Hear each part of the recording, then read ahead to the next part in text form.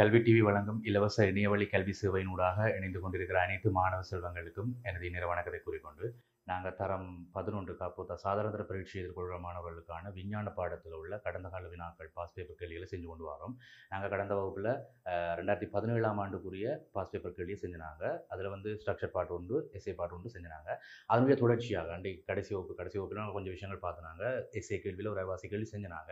இன்றைக்கு அதனுடைய தொடர்ச்சியாக மிச்ச கேள்விகளை பார்ப்போம். கடந்த வகுப்பில் பார்த்தீங்கன்னு சொன்னால் எங்களுக்கு அந்த பரம்பரை அலகு தொடர்பாக மென்டல் செய்த பரிசோதனை, ரைட், தோட்டத்து பட்டாணி தாவரங்களை பயன்படுத்தி மென்டல் செய்த பரிசோதனையின்படி எங்களுக்கு பெற்றோர்கிட்ட இருக்கிற இயல்புகள் பிள்ளைகளுக்கு வராமல் ஆட்சியான இயல்பு கடத்தப்படும், பின்னடைவான இயல்பு மறைக்கப்படும். பெற்றோர்கிட்ட இருந்த பின்னடைவான இயல்புகள் பிள்ளைகளுக்கு வராமல் பிள்ளைகளுடைய பிள்ளைகள், அதாவது பெற்றோருடைய பேர பிள்ளைகளுக்கு அந்த சந்ததி வழியாக தகவல்கள் பின்னடைவான தகவல்கள் கடத்தப்படும் என்றது மென்டலினுடைய பரிசோதனை. அப்போ அந்த முடிவை பயன்படுத்தி நாங்கள் உறவினர்களுக்கு இடையிலே திருமணம் செய்யக்கூடாது என்றது, பரம்பரை நோய்கள் கடத்தப்படும், புதிய விகாரங்கள் தோற்றமடையாது, பின்னடைவான இயல்புகள் வெளிப்படும், அந்த மாதிரியான காரணங்களால் அது செய்யக்கூடாது வரைக்கும் நாங்கள் கடைசி வரைக்கும் பார்த்தோம். Right, okay. இன்றைக்கு நாங்கள் அந்த கேள்வியினுடைய பி பார்ட் பகுதி பாருங்கள். ஒரு வீட்டில் பயன்படுத்தப்படும் சில மின் உபகரணங்கள் கீழே தரப்பட்டுள்ளது. ரைட், நீங்கள் வீடுகளில் பயன்படுத்தப்படுகிற சில மின் சாதனங்கள் இப்போ உதாரணத்தில் போட்டுக்கலாம் பாருங்கள். தொலைக்காட்சி பெட்டி, நீங்கள் டிவி பார்ப்பீங்க, ஒரு விளக்கு மின் குமிழ் மாதிரி, மற்றது நுண்ணலை கேனல், அதாவது அடுப்பு, மற்றது அமிழ்ப்பு வெப்பமாகி ஹீட்டர், ரைட், ஹீட்டர், அடுத்தது மின் அடுப்பு, மின் அழுத்தி, ரைட், ஓகே. இதுகள் எல்லாம் இந்த மாதிரியான உபகரணங்கள், அதாவது மின் சாதனங்கள் வந்து வீடுகளில் நீங்கள் பயன்படுத்துவீங்க, ரைட், ஓகே. மேலே கேள்வியை பார்ப்போம். மேலே குறிப்பிடப்பட்டுள்ள சில உபகரணங்களை பயன்படுத்தும் போது மூவூசி செருகிகளை கட்டாயமாக பயன்படுத்த வேண்டும். நீங்கள் பார்த்துருப்பீங்க, டிவியில் இருக்கும், அது மாதிரி அமிழ்ப்பு வெப்பமாகி ஹீட்டரில் பார்த்தீங்கன்னா மூவூசி செருகி இருக்கும், ரைட், ஓகே. அந்த மாதிரி மின் அடுப்பு, மின் அழுத்தி, அதாவது அயன் பாக்ஸில் நீங்கள் பள்ளிக்கூட உடுப்புகள் வந்து அயன் பண்ணும்போது அயன் பாக்ஸில் பார்த்தீங்கன்னு சொன்னால் அந்த ப்ளொக்டோப்பில் கொண்ட கொழுவைக்குள்ள அந்த மூன்று ஊசி செருகியை தான் கொண்டு கொழுவீங்க, ரைட், ஓகே. அப்போ அது கட்டாயம் பயன்படுத்தணும்னு சொல்லியிருக்காங்க, ரைட், ஓகே. ஏற்பாடு கேள்வியை பாருங்கள். மேலே தரப்பட்டுள்ள உபகரணங்களில் மூவூசி செருகி பயன்படுத்தப்பட வேண்டிய உபகரணம் உண்ட பெயர், ரைட், மூவூசி செருகி பயன்படுத்தப்பட வேண்டிய உபகரணம். இல்லை தொலைக்காட்சி பெட்டியை கொடுக்கலாம், தொலைக்காட்சி பெட்டிக்கு மூவூசி செருகி வேணும். அடுத்து பார்த்தீங்கன்னா நுண்ணலை கேனலி, ரைட், மைக்ரோவேவ் அவன்னு சொல்லுவாங்க. அந்த நுண்ணலை கேனலியில் வந்து நாங்கள் மூவூசி செருகியை பயன்படுத்துவோம். அது வந்து அமிழ்ப்பு வெப்பமாகி ஹீட்டர், ரைட், ஹீட்டரில் வந்து நாங்கள் மூவூசி செருகியை பயன்படுத்துவோம். அது மாதிரி மின் அடுப்பு, மின் அழுத்தி, அயன் பாக்ஸ், மின்னடுப்பிலை மின்னழுத்திலே மூவூசி செருகிகள் பயன்படுத்தும். அப்போ நீங்கள் உங்களை கேட்டகள் என்ன மேலே தரப்பட்டுள்ள உபகரணங்களில் மூவூசி செருகியை பயன்படுத்த வேண்டிய உபகரணம் ஒன்ற பெயரிடு. நீங்கள் இந்த நாளில், அதாவது பொருள் விளக்க தவிர மிச்ச எல்லாத்துலையும் தொலைக்காட்சி படி நுண்ணலை கேனலி, அமிழ்ப்பு வெப்பமாகி, மின் அடுப்பு, மின்னழுத்தி, இதில் ஏதாவது ஒன்றை கொடுத்தீங்கனாலே சரி. நான் இதில் மின்னழுத்தி என்று கொடுக்குறேன். அயன் பாக்ஸுக்கு மூவூசி செருகி வேணும், அப்போ நான் மின்னழுத்தி என்று கொடுக்குறேன், மின்னழுத்தி என்று கொடுக்குறேன், ரைட். நாங்கள் எதை கொடுத்தாலும் சரி, தொலைக்காட்சி பெட்டியை கொடுத்தாலும் சரி, அமிழ்ப்பு வெப்பமாக்கியை கொடுத்தாலும் சரி, நுண்ணலை கேனலியை கொடுத்தாலும் சரி, மின்னடுப்பை கொடுத்தாலும் சரி, மின்னழுத்தியை கொடுத்தாலும் சரி, ஓகே. அது ஏதாவது ஒன்றை தானே கேட்டோம். உன்னோட மூவூசி செருகி பயன்படுத்த வேண்டிய உபகரணம் ஒன்றை பெயரிடு, ஏதாவது ஒன்றை கொடுத்தீங்கன்னா சரி, ஓகே. நீர்மேலே ஏயில் குறிப்பிட்ட உபகரணத்துக்கு மூவூசி செருகியை பயன்படுத்துவதன் முக்கியத்துவம் என்ன? ஏன் இப்போ மூவூசி செருகி கொடுக்கணும்ன்றது சரி, ஏன் நாங்கள் மூவூசி செருகியை பயன்படுத்த வேண்டும்? மின் சாதனங்களை பயன்படுத்தக்குள்ள எதுக்காக நாங்கள் மூவூசி செருகியை பயன்படுத்த வேண்டும்? அதோட முக்கியத்துவம் என்னன்றதான் கேள்வி, ரைட். மூவூசி செருகினா உங்களுக்கு தெரியும், பிளக் டாப் என்ன இப்படி பார்த்துருப்பீங்க. இதில் இங்கே ஒரு ஆள் இருப்பார், இங்கே 2 பேர் இருப்பார், இங்கே வந்து லைவ், இங்கே வந்து நியூட்ரல், இங்கே வந்து ஏர்த் அடிச்சிருப்பாங்க, ரைட், ஓகே. இந்த மூவூசி செருகியினுடைய முக்கியத்துவம் ஏன் அது பயன்படுத்த வேண்டும் பாருங்கள். இப்போ அயன் பாக்ஸ் எடுத்து நீங்கள் அயன் பண்ணுறீங்க, ரைட். வீட்டில் வந்து ஒரு பள்ளிக்கூட உடுப்புகள் வந்து அயன் பண்ண போகிறீங்கன்னு வைங்க. அயன் பாக்ஸ் எடுத்து நீங்கள் அயன் பண்ணக்குள்ள அயன் பாக்ஸினுடைய வெளி மேற்பரப்பு பாருங்கள், உலோகத்தால் ஆக்கப்பட்டது. உலோகம் வந்து ஈஸியாக மின்னை கடத்தக்கூடியது. ஒருவேளை நீங்கள் அயன் பண்ணக்குள்ள தெரியாமல் அந்த உலோகத்தில் கைப்பட்டுட்டு இருந்தால் உங்களுக்கு மின் அதிர்ச்சி ஏற்படும், ரைட். அதாவது மின்னோட்டம் வந்து உங்களோட உடம்புக்குள்ள பாயப்படும், ரைட். அப்போ அப்படி என்ன நடக்கும்? அப்படி பாயிரத்தை தடுக்கிறதுக்காகத்தான் பாருங்கோ இந்த மூவூசி செருகிகள் பயன்படுத்தப்படுது. மூவூசி செருகியில் என்ன நடக்க போகுதுனால் உங்களோட இப்போ உடம்புக்குள்ள கரண்ட் வந்துடுது. இப்போ மின்னழுத்தி நீங்கள் யூஸ் பண்ணுங்க, அயன் பாக்ஸை யூஸ் பண்ணுறீங்க, அயன் பாக்ஸ் இந்த இரும்பு பகுதியில் வந்து இந்த உலோக பகுதியில் ஒன்று கைப்பட்ட உடனே உனக்குள்ள கரண்ட் வந்துடுது. உனக்குள்ள கரண்ட் வந்தால் பாருங்க, வீட்டு மின் சுற்றில் அந்த பரம்பல் பெட்டின்னு சொல்லி பார்த்துருப்பீங்க, படிச்சிருப்பீங்க. அதில் வந்து RCCB எச்சோட சுற்றுடைப்பான் RCCBன்னு ஒன்று இருக்கு, ரைட். RCCB எப்படி தொழிற்படுது என்றால் பாருங்க, இப்படி ஒரு கம்பி இருக்கும், இப்படி ஒரு கம்பி இருக்கும். இது வந்து லைவ், இது நியூட்ரல். லைவ்ல பார்த்து பார்த்தீங்கன்னா 230 வோல்டேஜ் இருக்கும், நியூட்ரலில் வந்து 0 வோல்டேஜ் இருக்கும். இந்த வோல்டேஜ் டிஃபரன்ஸ், ரைட். 2 அந்த பிரதான மின்வளங்கள் இருக்குது தானே, எங்களோட தேசிய மின்வளங்கள் இருந்து எங்களோட வீட்டுக்கு வர கரண்ட் பார்த்தீங்கன்னா 230 வோல்டேஜ் ஒரு கம்பியில், லைவ் கம்பியில் 230 வோல்டேஜும் நியூட்ரல் கம்பியில் 0 வோல்டேஜும். அப்போ இங்கே இருக்கிற வோல்டேஜ் டிஃபரன்ஸ் வந்து பார்த்தீங்கன்னு சொன்னால் 230 வோல்டேஜ் டிஃபரன்ஸ். 230 வோல்டேஜ்லேருந்து மைனஸ் பண்ண போகிற 0, அப்படி மைனஸ் பண்ண 230 வோல்டேஜ் டிஃபரன்ஸ் இருக்கும். அப்போ 2 கம்பிகளுக்கு இடைப்பட்ட அழுத்த வித்தியாசம் எனக்கு 230 வோல்டேஜ், ரைட், ஓகே. அப்போ பார்த்தீங்கன்னு சொன்னால் எங்களுக்கு இப்போ ஷோ கிடைக்கும், அதாவது எலக்ட்ரிக் மின் அதிர்ச்சி நடக்க போகுது. எங்களோட அயன் பாக்ஸ் அயன் பண்ண கூட தெரியாமல் நான் அந்த உலக பொருளை கை வச்சுட்டு என்றால் என் உடம்புக்குள்ள கரண்ட் வரப்போகுது. உடம்புக்குள்ள கரண்ட் வந்த உடனே அங்கே ஒரு அழுத்தம், அதாவது பூமிக்கு அந்த அழுத்தம் கடத்தப்படுது. அயன் பாக்ஸில் கை வச்ச உடனே இரும்பு பகுதியில் கை வச்ச உடனே அந்த உலோக பகுதியில் கை வச்ச உடனே என்ன உடம்புக்குள்ள கரண்ட் வருதுன்னு சொன்னால் அது பூமியை நோக்கி கடத்தப்படுது. அப்போ நாங்கள் வீட்டு மின்சுற்றியில் புவித்தொடுப்பு செஞ்சிருப்போம், கட்டாயம் புவித்தொடுப்பு செஞ்சிருப்போம், அதாவது புவிக்கம்பி ஏர்த் பண்ணியிருப்போம். ரைட், வீட்டு மின்சுற்றில் ஏர்த் பண்ணியிருந்தோம் என்றால் எங்களுக்கு அந்த ஏர்த் வயரினூடாக மின்னோட்டம் ஓட போகுது என்றால் இங்கே பாருங்கோ எங்களோட ஆர்சிசிபிக்குள்ள அழுத்த வித்தியாசம் ட்ரோப் ஆக போகுது. மின்னோட்டம் ஒரு கம்பிகள் உடையதுன்னா அங்கே வந்து அழுத்த வித்தியாசம் அங்கே ட்ரோப் ஆக போகுது. அப்போ இந்த இடத்துல 230 விட குறைவான ஒரு அழுத்தம் வரப்போகுது தேசிய மின்வளங்கள்ல இருந்து எங்களோட ஆர்சிசிபி. ரைட், எங்களோட எச்சோட்ட சுற்றுடைப்பானுக்குள்ள கரண்ட் போகக்குள்ள எங்களோட அழுத்த வித்தியாசம் அங்கே ட்ரோப் ஆகுது. என்ன காரணம்? மின்னோட்டம் கசியப்படுது, வீட்டு மின் சுற்றிலிருந்து மின்னோட்டம் கசியப்படுது. அதாவது அயன் பாக்ஸில் நீ இரும்பு பகுதியில் கை வச்ச உடனே அந்த உலோக பகுதியில் கை வச்ச உடனே உங்க உடம்புக்குள்ள கரண்ட் வந்த உடனே அங்கே அழுத்த வித்தியாசம் உண்ட உடம்புக்குள்ள வரப்போகுது. அப்போ அந்த இடத்துல பாருங்க அழுத்த வித்தியாசம் ட்ரோப் ஆக போகுது, உயிர் கம்பியில் அழுத்த வித்தியாசம் குறைய போகுது. அப்போ உடனே என்ன நடக்கும்? எங்களோட அழுத்த வித்தியாசம் நடந்தால் அந்த இடத்துல மின்காந்த தூண்டல் கடத்தி வந்து இயக்கப்படும். அழுத்த வித்தியாசம் தூண்டப்பட்டால், இந்த இடத்துல அழுத்த வித்தியாசம் தூண்டப்பட்டால் கடத்தி வந்து இயக்கப்படும். அப்போ இந்த இடத்துல சர்க்கிட் வந்து ஓப்பன் ஆயிடும், சர்க்கிட் வந்து விலகிடும். அதாவது பிரதான தேசிய மின்வளங்கள்ல இருந்து எங்களோட வீட்டு மின் சுற்று வேறாக்கப்படும். அப்படி வீட்டு மின் சுற்று வந்து பிரதான மின்வளங்கள்ல இருந்து வேறாக்கப்படுற காரணத்தினால எங்களுக்கு என்ன நடக்கும்? இந்த ரிப் விழுந்துடும். இடர்காலியில் சடற்காலி தொழிற்பட்டு ரிப் விழுந்த உடனே எங்களை அழகால அதாவது உயிர் ஆபத்துகள் இருந்து எங்களை காப்பாற்றிக் கொள்ளுது. மின் அதிர்ச்சிகள் இருந்து எங்களை காப்பாற்றிக் கொள்ளுது. அப்போ மூசி செறிகள் பயன்படுத்த வேண்டிய முக்கியத்துவம் என்னன்னு கேட்டால் மின் அதிர்ச்சிகள் இருந்து பாதுகாத்து கொள்ளலாம். உண்டு வேறு புவித்தொடுப்பில் மின்னோட்டம் ஓட விடுறது. ரைட், புவித்தொடுப்பில் ஓடுறபடியால் தான் உங்களுக்கு ரிப் விழுது. இடர்காலி தடற்காலி தொழிற்பட்டு எச்சோட சுட்டுப்பான் தொழிற்பட்டு இடர்காலின்னு சொல்லுவாங்க, தடற்காலின்னு சொல்லுவாங்க. ரிப் ஷீட் வந்து ஓஃப் ஆகி எங்களுக்கு வந்து உயிராபத்துகளை எங்களை காப்பாற்றிக் கொள்ளுது. அப்போ அதுக்காக தான், அதாவது மின் அதிர்வுகளில் மின் விபத்துகளில் இருந்து பாதுகாத்துக் கொள்வதற்காக இந்த மூசி செறிகளை பயன்படுத்த வேண்டும். அப்போ எங்களுக்கு விஷயம் கிளியராக விளங்கிட்டு. அடுத்த பாரு, தொலைக்காட்சி பெட்டி தொழிற்படும் போது மின்சக்தி நிலைமாற்றப்படும் பிரதான சக்தி வகை ஒன்று எழுது. இப்போ தொலைக்காட்சி டிவி பார்க்க வீடுகள். ரைட், ஓகே, டிவி பார்க்குறேன்னு சொன்னால் இதை டிவியான யோசி, டிவி பார்க்குற டிவி வயரை கொண்டு போய் ஒரு பிரதான மின்வளங்களில் கொடுப்பாரு. வீட்டு பிளக் டாப்பில் கொண்டு கொழுவினா உனக்கு மின்னோட்டம் அங்கே போகுது, டிவிக்கு போகுது. அப்போ மின்சக்தி வீட்டில் இருக்கிற மின்சக்தியை டிவிக்கு கொடுக்குறாய். அப்போ நீ இன்புட் பண்ணுறாய். ரைட், நீ கொடுக்குறாய் மின்சக்தியை. அப்போ மின்சக்தி இங்கே டிவியில் என்ன மாதிரியான சக்தியாக வரும்? டிவியில் நீ என்ன சக்தியாக வேண்டுறாய்? டிவியை பார்க்கக்குள்ள உனக்கு சவுண்ட் வரும். கட்டாயம் டிவியில் போகிற நிகழ்ச்சிகளை பார்க்கக்குள்ள சவுண்ட் வரும். முக்கியமாக ஒளி வரும். டிவியில் வந்து அந்த திரையில் பார்த்தீங்கன்னா லைட் வரும். அப்போ ஒளி சக்தி ஒன்று வரும், பிரதான சக்தி முதல். ரைட், அதான கேட்டவன். பிரதான சக்தி வகை ஒன்றை எழுது, ஏதாவது ஒன்று எழுது. ஒன்று ஒளி சக்தி எழுது. மின் சக்தி எனக்கு ஒளி சக்தியாக மாறுது அண்டு கழிச்சா சரி, அல்லது ஒளி மட்டுமா வரும். அல்லது மின் சக்தி உனக்கு ஒளி சக்தி சவுண்டும் கிடைக்குது. அப்போ மின் சக்தி எனக்கு சவுண்டாக வருது. ஒளி சக்தி எனக்கு காய்ச்சினாலும் சரி, ஒளி லைட் வந்தால் லைட்டுன்னு காய்ச்சாலும் சரி, சவுண்டும் ஒரு சக்தி. அப்போ சவுண்ட் வருதுன்னு காய்ச்சாலும் சரி. அல்லது இன்னொரு விதமாக காய்க்கலாம். நீங்கள் பழைய காலத்து டிவி பார்த்துருப்பாங்க, கதோட்டு குழாய் டிவின்னு சொல்லி பழைய காலத்து டிவி. இப்போ வரலாம் எல்இடி டிவியில் பெருசாக எங்களுக்கு கண்ணில் பாதிப்பு இருக்கா? கண்ணை வந்து பெருசாக பாதிக்காது. ஆனால் பழைய காலத்து அந்த கதோட்டு குழாய் டிவி வந்து சில பேர் வச்சுருப்பாங்க இப்போ. ரைட், அந்த டிவியில் பார்த்தீங்கன்னு சொன்னால் கண்ணுக்கு வந்து கதிர்வீசல் வரும். அந்த கதிர்வீசல் வந்து கண்ணை பாதிக்கக்கூடிய அளவுக்கான கதிர்வீசலாக இருக்கும். ரைட், அப்போ அதனையும் சொல்லலாம் மின்சக்தி கதிர்வீசலாகவும் வருதுன்னு கதைச்சாலும் சரி போடுவாங்க எக்ஸாமில். கதிர்வீசலாகவும் வருதுன்னு கதைச்சாலும் சரி. ஆனால் பிரதான சக்தி வகை என்று கேட்டால் நீ ஒளி ரெண்டில் ஒன்று கொடுக்குறது பொருத்தமானது, மிக பொருத்தமானது. கதிர்வீசல் கதைச்சாலும் சரி. ரைட், ஓகே, நாங்கள் தொடர்ந்து அடுத்த கேள்வியை பார்ப்போம். தொலைக்காட்சி பெட்டி சேமை ஆளுகை மூலம் தொழிற்படுத்தப்படுதா? ஓகே, இப்போ டிவி பார்க்க போகிறேன்னு சொல்லலாம். டிவி வந்து ரிமோட் கண்ட்ரோல் வச்சு கண்ட்ரோல் பண்ண போகிறேன். ரைட், அதான் அடுத்த கேள்வி. தொலைக்காட்சி பெட்டி சேமை ஆளுகை ரிமோட் கண்ட்ரோல் மூலம் தொழிற்படுத்தப்படுகிறார். ரைட், ரிமோட்டை வச்சு நீ சேனல் மாற்றி பார்க்கலாம், அல்லது ஒளிமை கூட்டி குறைக்கலாம், தேவைக்கேற்ற மாதிரி ரிமோட்டை யூஸ் பண்ணி நீ வந்து தொலைக்காட்சி பெட்டியை கண்ட்ரோல் பண்ண போகிற. Right, okay. கேள்வி பாரு, சேமை ஆளுகையினால் அதாவது ரிமோட் கண்ட்ரோலால் தொலைக்காட்சி பெட்டிக்கு உரிய சமிக்ஞைகள் எந்த அலைகளாக அனுப்பப்படுது?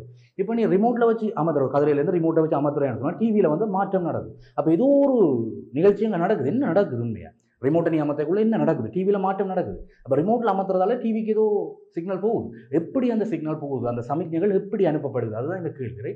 உரிய சமிக்ஞைகள் எந்த அலைகளாக அனுப்பப்படுது? நீ மின்காந்த அலைகள். இப்போ மின்காந்த அலைகள் நீ படிச்சிருப்ப சின்ன வகுப்பில், உங்களோட உலக புக்லேயே இருக்குது. மின்காந்த அலைகள் வடிவத்தில் அது கடத்தப்படுது, மின்காந்த அலைகள். ரைட், அப்போ மின்காந்த அலைகள் வந்து பார்த்தீங்கன்னு சொன்னால் அதில் நிறைய மின்காந்த திருசியத்தில் நிறைய கதிர்கள் இருக்குது. அதாவது மீடுனுக்கு ஏற்ப சக்தி பெரிய சக்தி உள்ள கதிர்கள், சின்ன சக்தி உள்ள கதிர்கள் மின்காந்த திருசியத்தில் நீ படிச்சிருப்ப புக்லேயே இருக்கு. ரைட், அப்போ எந்த அலைகளாக அனுப்பப்படுதுன்னா மின்காந்த அலைகள் வந்து கதைக்கிறான். இல்லது நீ பார், ரிமோட் அமர்த்தக்குள்ள முன்னுக்கு ஒரு எல்இடி பார்த்து, ரிமோட்டுக்கு முன்னுக்கு ஒரு எல்இடி இருக்கும். அந்த எல்இடி வந்து எரியும், சோப்பு கடலில் எரியும். அப்போ அந்த கதிருக்கு உண்மையான பேர் மின்காந்த அலை தான் எல்லா அலையும் பொதுவாக சொல்றது. உண்மையாக அந்த ரிமோட்ல இருந்து டிவிக்கு அனுப்பப்படுற உண்மையான கதிரின் பேர் நீ மின்காந்த கலை என்று கதைச்சாலும் சரி, அல்லது ஐஆர் ரேஸ் என்று கதைச்சாலும் சரி. ஐஆர் கதிர்கள் அல்லது தமிழ்ல விளக்கமா செங்கீழ் கதிர்கள், சிவப்பு நிற செங்கீழ் கதிர்கள் அப்படி கதைச்சாலும் சரி. எப்படி கதைச்சாலும் உனக்கு சரி போடுவாங்க. எப்படி அந்த ரிமோட் கண்ட்ரோல்லேருந்து டிவிக்கு அனுப்பப்படுற அந்த அலை வந்து என்ன வடிவம், அலை எந்த அலைகளாக அனுப்பப்படுதுன்னு கேட்டது. மின்காந்த அலை என்று கழிச்சிருந்தாலே சரி, மின்காந்த அலை தான் அது. அல்லது உங்களுக்கு விளக்கமாக கதை கொள்ள மாட்டால் அதில் முன்னுக்கு சிவப்பு கலர் லைட் தெரியும். அப்போ சிவப்பு நிற செங்கீழ் கதிர்கள் என்று கதைச்சாலும் சரி, அல்லது இங்கிலீஷில் ஐஆர் ரைஸ் என்று கதைச்சாலும் சரி, எப்படி கதைச்சாலும் சரி போடுவாங்க இந்த கேள்வி. Right, okay. அடுத்த பார், நீர் மேலே ஏயில் குறிப்பிட்ட அலை வகையின் இயல்பு 2 எழுது. 2 இயல்பு எழுதட்டா. மின்காந்த அலைக்கு என்ன இயல்பு உண்டு வெற்றுக்கண்ணால பார்க்கலாம். இப்போ ரிமோட்ல இருந்து அமர்த்துற ஒரு வேவ் அந்த அலை வந்து டிவிக்கு போகுதுன்றால் நீ கண்ணால பார்க்கலாம், கண்ணால பார்க்கலாம், வெறும் கண்ணால அந்த அலையை பார்க்கலாம். அப்போ ஒரு விஷயம் சொல்லலாம், ஒன்று வெற்றுக்கண்ணால பார்க்க முடியாது. அனுப்புறதுக்கு ஊடகம் தேவையில்லை. 2வது விஷயம், அனுப்புறதுக்கு ஊடகம் தேவையில்லை. காத்திருந்தாலும் சரி, உங்களுக்கு ஊடகமே தேவையில்லை. ஒரு இடத்துல இன்னொரு இடத்துக்கு மின்காந்த அலை அனுப்பணும்னா ஊடகம் அவசியம் இல்லை, அப்படி கதைக்கலாம். அல்லது வந்து பார்த்தீங்கன்னு சொன்னால் அலைவடிவ இயல்புகள் தானே கேட்டவங்க. அப்போ புற மின் காந்த புலங்களால் பாதிப்படைய முடியாது, அப்படி சொல்லலாம். மின்காந்த புற வெளியிலிருந்து வர மின்னோட்டமோ அல்லது வெளியிலிருந்து வர காந்த புலத்தாலேயோ எங்களோட அலைகளில் வந்து மாற்றத்தை ஏற்படுத்த முடியாது. அப்படி நாங்கள் 3 இப்போ 2 தான் கேட்டவங்க, அதை 2 எழுதி விட்டீங்கன்னா உனக்கு இந்த கேள்விக்கு ஃபுல் மார்க்ஸ் கிடைக்கும். ரைட். இப்போ அடுத்த கேள்வி பார்ப்போம். மேலே தரப்பட்ட உபகரணங்கள் சிலவற்றின் வலுக்கள் கீழே அட்டவணையில் தரப்பட்டிருக்கு. அப்போ மேலே கொஞ்சம் உபகரணங்கள் தந்தவங்களான அதில் வந்து சில உபகரணங்கள் ABCD 4 உபகரணங்கள் கொடுத்துருக்காங்க. அந்த உபகரணங்களுடைய வலுப்பெருமானம், மின் உபகரணங்களினுடைய வலுப்பெருமானம் சில கதைச்சிருக்காங்க. Right, okay. A என்றவர் தொலைக்காட்சி பெட்டி, B என்றவர் புறொளிர் விளக்கு, C என்றவர் நுண்ணலை கணினி, D என்றவர் மின்னழுத்தி. Right, okay. இந்த தொலைக்காட்சி பெட்டியுடைய வேர்ட்ஸ் வந்து 125 வேர்ட்ஸ். Right, okay. புறொளிர் விளக்குன்ற வேர்ட்ஸ் வந்து 18 வேர்ட்ஸ். Right, okay. அடுத்த நுண்ணலை கணினியினுடைய வேர்ட்ஸ் வந்து 1500 வேர்ட்ஸ். அடுத்த மின்னழுத்தி ஹேண்ட்பாக்ஸ் வேர்ட்ஸ் வந்து 1100 வேர்ட்ஸ். ஓகே, எல்லாம் வேல்யூலாம் கொடுத்தாரு கேள்வியில்.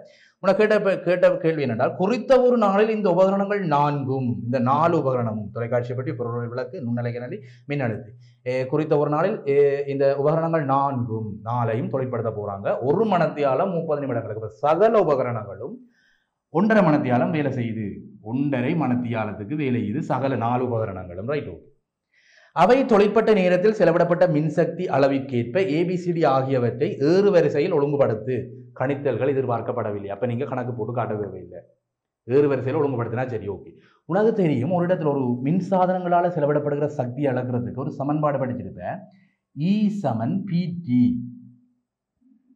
இப்படின்னு ஒரு சமன்பாடு. மின்சக்தி, அதாவது மின் சாதனங்களை நாங்கள் வீட்டில் பயன்படுத்தக்குள்ள மின் சாதனங்களால் செலவிடப்படுகிற சக்தி அளக்கிறதுக்கு மின் சாதனங்களினுடைய வலுவையும் அது எவ்வளவு நேரம் பயன்படுத்துகிறோம்ன்றதையும் பெருக்கி விட்டால், வலுவை நேரத்தால் பெருக்கினால் மின் சக்தி எனக்கு கிடைக்கும். மின் வலுவை பயன்படுத்துகிற நேரத்தால் பெருக்கி விட்டோம்னா எனக்கு மின் சக்தி கிடைக்கும். ஒரு சமன்பாடு படிச்சிருப்பேன். இங்கே பாரு, 4 உபகரணங்கள், இந்த 4 உபகரணமும் 1.5 மணித்தியாலத்துக்கு வேலை செய்யுது. அப்போ எங்களுக்கு டைமில் மாற்றம் இல்லை. டைம் வந்து ஒரு மாறாத பெருமானம். டைமில் சமன்பாடு படி டைமில் சாரி, அதாண்டா 1.5 மணித்தியாலம் 4 உபகரணம் பயன்படுத்த மாட்டேன். 4 உபகரணத்துக்கு 1.5 மணித்தியாலம் தான் போட போகிறோம். அப்போ நேரத்தில் மாற்றம் இல்லை. அப்போ இங்கே செலவிடப்படுகிற மின்சக்தியை தீர்மானிக்க போகிறது மின் சாதனங்களுடைய வலு தான் தீர்மானிக்க போகுது. புரியுதா? அப்போ செலவிடப்படுகிற மின்சக்தியை தீர்மானிக்க போகிறது மின் சாதனங்களுடைய வலு. நீ வலு குறைஞ்சதை முன்னுக்கு எழுதி கொண்டு, அதாவது ஏறு வரிசையில் நோடப்படுத்த சொல்லி இருக்கு. அது குறைஞ்ச வலு பெருமானம் உள்ளது குறைந்த அளவு சக்தியை தான் செலவிடும். ரைட். அது மாதிரி கூட வலு பெருமானம் உள்ளது கூட சக்தியை எடுத்துக்கொள்ளும். மின்சக்தியை கூடவே செலவிட போகுது. Right, okay. இப்போ பார்த்தீங்கன்னு சொன்னால் ஓகே, கணித்தலும் எதிர்பார்க்கல. அப்போ நீ வலு பெருமானத்தை மட்டும் அதோட எழுதிவிட்டீங்கன்னா சரி. சின்ன வலுன்னு உள்ளதார், சின்ன சக்தி எடுக்க போறவரார் 18 பேர் சொல்லவர் தான் சின்ன சக்தி எடுக்க போறார். அப்போ B என்னும் எழுதணும். B ஏண்டா அவர் தான் குறைஞ்ச வலு உள்ளவர். அப்போ அவர் தான் குறைஞ்ச சக்தி எடுப்பார். Right, okay. அடுத்தது வந்து பார்த்தீங்கன்னு சொன்னால் 125 வேர்ட்ஸ். 18 அடுத்தது 125 வேர்ட்ஸ் தொலைக்காட்சி பெட்டி. B அடுத்தது A. நீ வலுவை வந்து குறைஞ்ச உடலேருந்து எழுதிக்கணும். சரி, B முதலாவது B, அடுத்தது A, அடுத்து 125 பேர் சார் 1200. அவர் வந்து D.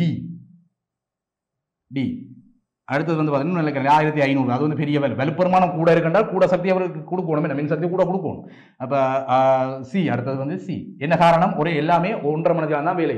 கூட நேரம் மாறினாலும் பிரச்சனை. அப்போ நேரம் எங்களுக்கு 4க்கு மாறையில் 1.5 மணித்தியாலம் தான் வேலை. அப்போ நேரத்தில் மாற்றம் இல்லை. இங்கே செலவிடப்படுகிற சக்தியை தீர்மானிக்க போகிறது மின்சாதனங்களோட வலு. அப்போ வலுவை வந்து நீ குறைஞ்ச வலு உள்ளது குறைஞ்ச சக்தி எடுக்குமென்ற கதையின்படி சின்ன வலுவின்ற ஓடரில் நீ எழுதி விட்டீங்கன்னா சரி. ஏறு வருஷப்படுத்தினா சின்னலேருந்து பெருசுக்கு எழுதி விட்டீங்கன்னா சரி, ஓகே. அந்நேரத்தில் ஏயினால் செலவிடப்பட்ட மின்சக்தியை கணிக்க. இந்நேரத்தில் ஏயினால் செலவிடப்பட்ட மின்சக்தியை கணிக்க. ரைட். இங்கே A என்றவர் என்ன? தொலைக்காட்சி பெட்டி 125 வேர்ட்ஸ். மின்சக்தியை கணிக்கிறதுக்கு வந்து உங்களுக்கு 2 முறையில் சொல்லி தந்திருப்பாங்க ஸ்கூலில். ரைட். ஒன்று வந்து சக்தி என்றாலே ஜூல்லால் ஆக்குறது. புரியுதா? சக்தியை கணி என்றால் மின்சக்தியை கணி, வெப்ப சக்தியை கணி, அல்லது நிறைய சக்திகள் பின்னுக்கு இருக்குது. நாங்கள் படிப்போம். இந்த பொறிமுறை சக்திகள் எல்லாம் நிறைய அழுத்த சக்தி, இயக்க சக்தியெல்லாம் படிச்சிருப்போம். எல்லா சக்தியுமே வந்து பார்த்தீங்கன்னு சொன்னால் ஜூலில் தான் கதைப்போம். ரைட். எல்லா சக்திகளையுமே ஜூலில் தான் கதைப்போம். ஆனால் இங்கே பாருங்கோ, இந்த மின்சக்தியை வந்து கதைக்கிறதுக்கு ஒரு புதிய அலகு ஒன்று இருக்குது. புதுசாக படிச்சிருப்பீங்க. Kilowatt hour KWH அளக்கிறது. kWh kilowatt hour என்று சொல்றது. கிலோவாட் மணித்தியாலத்தில் வந்து மின்சக்தியை அளக்கலாம். அப்படி கதைச்சாலும் சரி, யூல கதைச்சாலும் சரி, எப்படி கதைச்சாலும் சரி, கிலோவாட் ஹவரில் காய்க்கிறது வந்து பொருத்தமானது. எல்லாருமே ஏற்றுக்கொள்வாங்க. கிலோவாட் ஹவரில் மின்சக்தியை காய்க்கிறது வந்து பொருத்தமானது, ஒரு நியம முறை, எல்லாருமே ஏற்றுக்கொள்ளக்கூடிய முறை. அப்போ நாங்கள் இங்கே பார்ப்போம், ஏனால் செலவிடப்பட்ட மின்சக்தியின் அளவை கணி. Right, okay. அப்போ E = PT என்ன சமன்பாடை யூஸ் பண்ணுறேன். நான் இதில் செய்து காட்டுறேன். E = PT என்ன சமன்பாடை யூஸ் பண்ணு, மின்சக்தியை தான் காண வேணும். வெள்ளப்பெருமான உள்ள தொலைக்காட்சி பட்டின வெள்ளப்பெருமான உள்ள 125 வாட்ஸ் வந்து 125 1000ஆல் பிரிச்சா தான் கிலோவாட் வரும். 125 வந்து 1000ஆல் பிரிச்சா தான் உனக்கு கிலோவாட் வரும். என்ன அப்போ நான் கிலோவாட் ஹவரில் தானே கதைக்கணும் மின்சக்தியை. அப்போ பாரு, கிலோவாட் வரும். இது வந்து எத்தனை மணித்தியாலம் பயன்படுத்த போகிறார்? 1.5 மணி. அப்போ 1.5 மணித்தியாலம் மட்டும் கழிச்சிங்கன்னா 1.5 மணித்தியாலத்தால் பிறகு அப்புறம் 125 1000 தர 1.5 கிலோவாட் ஹவர். E = எனக்கு கிடைக்கும் 125 1000ஆல் பெருக்கி 1.5ஆல் பெருக்கணும். என்ன அப்படி பெருக்கினா உங்களுக்கு கிடைக்கும் 0.19, ரைட், 0.19 கிலோவாட் ஹவர். ரைட், இந்த ஆன்சரை நீ கொடுத்தீங்கனாலே சரி. தொலைக்காட்சி பட்டியால் செலவிடப்பட்ட, தொலைக்காட்சி பட்டியை பாவிக்கிறதால செலவிடப்பட்ட மின்சக்தி எவ்வளோ கேட்டால் இந்த சமன்பாடு இந்த ஓர்டரில் போய் உனக்கு விட வந்து கடைசியாக E = செலவிடப்பட்ட மின்சக்தியின் அளவு வந்து 0.19 கிலோவாட் ஹவர். நாங்கள் வந்து தொடர்ச்சியாக அடுத்த சில கேள்விகளை பார்ப்போம். ரைட், இங்கே வந்து பாருங்கள், 2017ஆம் ஆண்டு வந்த பேப்பர்லேயே தான் நாங்கள் இன்னொரு எஸ்ஏ கேள்வி ஒன்று பார்க்க போகிறோம். 7வது கேள்வி. ரைட், பார்ப்போம். பாருங்கள், இங்கே 7வது கேள்வி கொடுத்துருக்காங்க. வீதி ஒன்றில் வாகனம் ஒன்று செலுத்தப்படும் போது அவதானமாக இருக்க வேண்டியதுடன் வீதி விதிமுறைகளையும் கடைபிடிக்க வேண்டும். Right, okay. ஒரு கேள்வி ஒன்று கொடுத்துருக்கான் பாருங்க. வீதி ஒன்றில் வாகனம் ஒன்று செலுத்தப்படும் போது அவதானமாக இருக்க வேண்டியதுடன் வீதி விதிமுறைகளையும் கடைபிடிக்க வேண்டுமா? அது உண்மைதான். இப்போ நீங்கள் ரோட் வழியை வந்து வாகனங்களோட போய் சைக்கிளையோ மோட்டர் பைக்கிலையோ அல்லது பஸ்லையோ கார்லையோ இதிலோ பயணிக்க போகிறீங்கன்னு சொன்னால் கட்டாயம் வீதியினுடைய விதிமுறைகள், வீதி விதிமுறைகள் கொஞ்சம் இருக்கும். ரைட், அப்போ அந்த வீதி அந்த பதாதைகள் எல்லாம் போட்டு இந்த கிலோமீட்டர் ஸ்பீடு தாண்டி போக வேண்டாம், 60 தாண்டி போக வேண்டாம், 40 தாண்டி போக வேண்டாம், அந்த பதாதைகள் எல்லாம் போட்டிருப்பாங்க. ரைட், அந்த வீதி விதிமுறைகள் எல்லாம் பின்பற்றி தான் நாங்கள் நடக்க வேண்டாம். Right, okay. அந்த விஷயத்தை சொல்லிவிட்டேன். இப்போ அது சார்ந்த ஒரு கேள்வி. முதலாவது கேள்வி பாருங்க. வாகனம் ஒன்றில் பயணம் செய்யும் போது சாரதியை போன்றே பயணிகளும் ஆசன பட்டிகளை அணிதல் முக்கியமானதாகும். இதற்கு காரணம் என்ன? ரைட், நல்ல சிம்பிளான ஒரு கேள்வி. Right, okay. நாங்கள் பார்ப்போம். இப்போ வாகனம் ஒன்றில் பயணம் செய்யும் போது, இப்போ உதாரணத்துக்கு ஒரு கார் ஒன்றை யோசி. ரைட், ஒரு கார் ஒன்றை யோசி. Right, okay. இப்போ வாகனம் ஒன்றில் ஒரு சாரதி இருக்கிறார், இங்கே பின்னுக்கு பயணிகள் இருப்பாங்க. இந்த சாரதி வந்து பார்த்தீங்கன்னு சொன்னால் அவரும் வந்து ஒரு ஆசனைப்பட்டியை அணிய வேணும். இந்த பயணிகள் இருப்பாங்க தானே, இந்த பயணிகள் வந்து ஆசனைப்பட்டியலை அணிய வேணுமா? Right, okay. ஓகே, ஆசனப்பட்டியலை அணிதல் முக்கியமானது. இதுக்கு என்ன காரணம்? ஏன் ஆசனப்பட்டியலை அணிய வேணும்? அப்போ ஆசனப்பட்டியலை அணியாமல் விட்டால் என்ன நடக்கும்? Right, okay. இப்போ வாகனம் வந்து ஒரு வேகத்தில் போய்கொண்டு இருக்குது. Right, okay. ஒரு வேகமாக பெரிய போய்கொண்டு இருக்குது. ரைட், இப்போ சடனாக சடுதியாக பிரேக்குகளை பிரயோகிக்கும், சடுதியாக தடுப்புகளை பிரயோகிக்கும் போது வாகனம் வந்து சடனாக நிற்கும். இப்போ பாருங்க, வாகனம் வந்து ஒரு வேகத்தில் போய்கொண்டு இருக்குது. வாகனம் வந்து ஒரு வேகத்தில் போய்கொண்டு இருக்குது. இப்போ B என்ற வேகத்தில் போய்கொண்டு இப்போ 60 100 போய்கொண்டு இருக்கிற பெரிய வேகத்தில் போய்கொண்டு இருக்க பாருங்க. வாகனத்துக்கு ஒரு வேகம், இந்த காரோட நான் சொல்கிறேன். அப்போ காருக்கு ஒரு வேகம் இருக்குன்றால் காருக்குள்ளே இருக்கிற சாரதிக்கும் பயணிகளுக்கும் அதே வேகம் இருக்கும். இப்போ கார் வந்து 100 போகுது, இப்போ V வந்து 100 மீட்டர்/செகண்ட் -1 என்றால் இந்த பயணி சாரதிக்குரிய வேகமும் 100 மீட்டர்/செகண்ட் -1 தான். இந்த பயணிகளுக்கு பின்னிக்கு இருக்கிற பயணிகளின் வேகமும் 100 மீட்டர்/செகண்ட் -1 தான். ரைட், அப்போ கார் என்ன வேகத்தில் போதோ அதே வேகத்தில் பயணிகளும் போகணும். இப்போ சடனாக பிரேக் அடிச்ச உடனே பாருங்க, காருக்கு டக்குண்டு பிரேக் அடிச்ச உடனே காரின் வேகம் சடனாக அந்த ஸ்பாட்டில் 0வா போயிடும். வேகம் வந்து 0வா போயிடும் அந்த பிரேக் அடிச்சா அந்த ஸ்பாட்டில். ஆனால் பாருங்க, பயணிகளுக்கு வேகம் இருக்கும். ஏன்னா காருக்குள்ளே இருந்த வேகம் இல்லவே காரின் வேகத்தை வச்சுருப்பீங்க. அப்போ பயணிகளுக்கு வேகம் இருக்கு. ஏன்னா காருக்குள்ளே இருக்கிற அந்த ஆசனத்தை தொட்டு கொண்டு இருக்கணும். அதனால காருக்கு இருக்கிற வேகம் அவைக்கு இருக்கு. அப்போ அவைக்கு வந்து சடனாக பிரேக் போட்ட உடனே அந்த இடத்துல காருக்கு வேகம் ஸ்டாப் ஆகிடுது. ஆனால் உள்ளுக்கு இருக்கிற சாரதிக்கும் பயணிகளுக்கும் வேகம் இருக்குது. அதனால முன்னோக்கி தூக்கி எறியப்படுவினம். ரைட், முன்னோக்கி தூக்கி எறியப்படுவினம். அப்படி தூக்கி எறியதை தடுக்கிறதுக்கு பின்னோக்கி யாராவது பிடிச்சி இழுக்கத்தானே வேணும். அதுக்கு தானே ஆசனப்பட்டியலை கொழுவுறது. ஒரு ஆசனப்பட்டியை கொழுவி விட்டால் முன்னோக்கி போறதை தடுக்கிறது. சாரதிகளும் பயணிகளும் முன்னோக்கி தூக்கி வீசப்படுவதை தடுப்பதற்காக ஆசனப்பட்டியலை பயன்படுத்த வேண்டும் என்று கட்சியா. சரி, ரைட், ஓகே. அப்போ அதான் அந்த கேள்விக்குரிய விட. வாகனங்கள் பயணம் செய்யும்போது சாரதியை போன்று பயணிகளும் ஆசனப்பட்டியலை அணிதல் முக்கியமானதாகும். இதுக்கு காரணம் என்று கேட்டால் முன்னோக்கி தூக்கி வீசப்படுவதை தடுப்பதற்காக எழுதிவிட்டீங்க. அந்த விஷயத்தை எழுதினா சரி, ரைட். நீர் ஒன்றில் குறிப்பிட்ட விடையுடன் தொடர்பட்ட இயக்கம் தொடர்பான நியூட்டனின் விதி. இது நியூட்டன் விதி. ரைட், அப்போ ஓய்வில் உள்ள பொருள் ஓய்வில் உள்ள பொருள் தொடர்ந்து ஓய்வில் விசை ஒன்று காட்டி ஓய்வில் இருக்கும். இயங்கி கொண்டிருக்கிற பொருள் தொடர்ந்து மாறாவது சடனாக பிரேக் அடிச்ச உடனே இயங்கி கொண்டிருக்கிற பொருளுக்கு சடனாக பிரேக் அடிச்ச உடனே இருக்கிற வேகமாக வைக்கிறீங்க. அப்போ இது தொடர்பட்ட விதி என்னன்னு கேட்டால் நியூட்டனின் முதலாம் இயக்க விதி. அப்போ ஃபர்ஸ்ட் நியூட்டன் முதலாம் இயக்க விதி என்று எழுதினா சரி. அல்லது இயக்க விதி எழுதிவிட்டாலும் சரி, புறவிசைகள் ஒன்றும் சமணரவற்ற புறவிசை ஒன்று தாக்கப்படுகிற வரை ஓய்வில் பொருள் ஓய்வில் இருக்கும், இயங்கிக் கொண்டிருக்கிற பொருள் தொடர்ந்தும் சீரான வேகத்தோடு இயங்கிக் கொண்டிருக்க மாட்ட கதையை சரி. இல்லை நியூட்டனை முதலாம் இயக்க விதி எழுதிவிட்டீங்கன்னா சரி, ரைட். அடுத்த மூன்றாவது கேள்வியை பார்ப்போம். அதிவேக பாதையின் தொடக்கத்திலிருந்து அப்பாதையின் இறுதி வரை அதில் ஒரு வாகனத்தை செலுத்துவதற்கு அனுமதிக்கப்பட்டுள்ள உயர்ந்தபட்ச வேகத்தில் செலுத்தப்பட்ட ஏ என்னும் வாகனத்துக்குரிய இடப்பெயர்ச்சி நேர விரைவு. அப்போ ஏ என்ற ஒரு வாகனம் பாருங்க, இந்த இடப்பெயர்ச்சி நேர விரைவு பாருங்க, இதில் விரைவு காட்டியிருக்கிறேன். இந்த இடப்பெயர்ச்சி நேர விரைவு, அதாவது நேரத்தில் ஏற்படுகிற மாற்றத்துக்கு அந்த வாகனத்தினுடைய இடப்பெயர்ச்சி எப்படி மாறுதுன்றத ஒரு விரைவு முறையில் இடப்பெயர்ச்சி நேர விரைவில் இங்கே காட்டியிருக்கிறார். ரைட். இங்கு அதிவேக பாதை கிடையானதும் நேர்கோட்டுக்குரியதும் என கொள்க. அதிவேக பாதைன்றது இங்கே ஹைவேன்னு சொல்லுவாங்க, ஹைவே ரோடுன்றது வந்து பார்த்தீங்கன்னா ஒரு நேர்கோட்டு பாதையாக இருக்குது. அதே நேரத்தில் கிடையான பாதையாக இருக்குது. மலை மாறி அந்த பாதையில் வளைவான பாதையெல்லாம் இல்லை. இப்போ இப்படிலாம் பாதை இல்லை, ரைட். இப்படிலாம் பாதை இல்லை, ஒரே கிடையான பாதை, ஒரே நேர்கோட்டு பாதை. இப்போ நேர்கோட்டு இயக்கம் தான் நீங்கள் முக்கியம், ரைட். அது கேள்வியிலே சொல்லிப்படாது, கிடையானதும் நேர்கோட்டுக்குரியதும் ஆகும். அப்போ நேர்கோட்டு இயக்கம் தான், ரைட். வரைவை பயன்படுத்தி பின்வரும் வினாக்களுக்கு விடை எழுது. இப்போ இந்த இடத்துல நீ பார்க்கணும், கேள்விகளை பார்க்கணும். வரைவை பயன்படுத்தி என்று சொல்லி போட்டான். இப்போ வரைவில் இருந்து தான் நீ விடை எழுதணும். நீ ஒன்று புதுசாக கண்டுபிடிச்சு எழுதக்கூடாது. உனக்கு விஷயம் தெரியும், வரைவு இல்லாமலே நீ கண்டுபிடிப்பேன்னு உனக்கு தெரியும், உண்மையாக தெரியும். ஆனால் அப்படி இல்லை, நீ இதை கண்டுபிடிச்சேன்னா கேள்விக்கு மார்க்ஸ் கிடைக்காது, புள்ள பட்டி போடுவாங்க. இப்போ எக்ஸாம் எழுதிக்கலோ பட்டி வாங்க ஒவ்வொரு சொல்ல ஒவ்வொன்றுக்கும் நீ ரெஸ்பெக்ட் கொடுக்கும். அப்போ வரைவை பயன்படுத்தி நான் சொல்ல பாவிச்சுட்டாண்டா வரைவில் இருந்து தான் நீ இப்போ உணவு ஒன்றுமே செய்யலாம், ரைட். பின்வரும் வினாக்களுக்கு விடை எழுது. ஓகே, முதலாவது கேள்வி, அதிவேக பாதையின் நீளம் எவ்வளவு? இங்கே பாருங்க, இந்த கேள்வியில் ஒரு விஷயத்தை சொல்லியிருக்காங்க. இங்கே அதிவேக பாதை கிடையானதும் நேர்கோட்டுக்குரியதும் ஆகும். கிடைப்பாதை நேர்கோட்டுக்குரிய பாதை. அப்போ அந்த பாதையின் நீளம் தானே உன்னை கேட்டது, அதிவேக பாதையின் நீளம் தானே கேட்டது. பாதையின் நீளம் வந்து வாகனம் இயங்கிய தூரத்தை தரும். பாதையின் நீளம்ன்றது இப்போ வாகனத்தின் தூரத்தை கண்டுபிடிக்கணும் என்றால் அந்த பாதையினுடைய நீளத்தை அளந்து விட சரிதானே. அப்போ பாதையினுடைய நீளம் எனக்கு வாகனம் இயங்கிய தூரத்தை தரும், ரைட். இங்கே பாருங்க, நேர்கோட்டு பாதையில் இயங்குது என்றால் நேர்கோட்டு தூரமும் இடப்பெயர்ச்சியும் சமன் என்று காட்டினாங்க. அப்போ இந்த விரைவில் வேறும்போ வாகனம் பயணித்த மொத்த அதி உயர் இடப்பெயர்ச்சி ஜீரோவிலேருந்து வெளிக்கிட்டு அப்படியே விரைவு போகுது, இப்படியே போகுது, விரைவு போய் எங்கே போய் ஸ்டொப் ஆகும்? 27,000 மீட்டரில் போய் ஸ்டொப் ஆகுது. இந்த மீட்டர்லாம் அளக்குறோம் இடப்பெயர்ச்சி. அப்போ 27,000 மீட்டரில் போய் ஸ்டொப் ஆகுது. அப்போ அதுக்கு மேலே வாகனம் இடம்பெயரில்லை. அப்போ நேர்கோட்டு பாதை வழியே வாகனம் இடம்பெயரில்லை, அது நேர்கோட்டில் பயணித்த தூரம் தான் அது. அப்போ உன்னை பாதையின் நீளம் எவ்வளோ கேட்டால் நீ எழுதலாம் 27,000 மீட்டரில் காய்ச்சா சரி.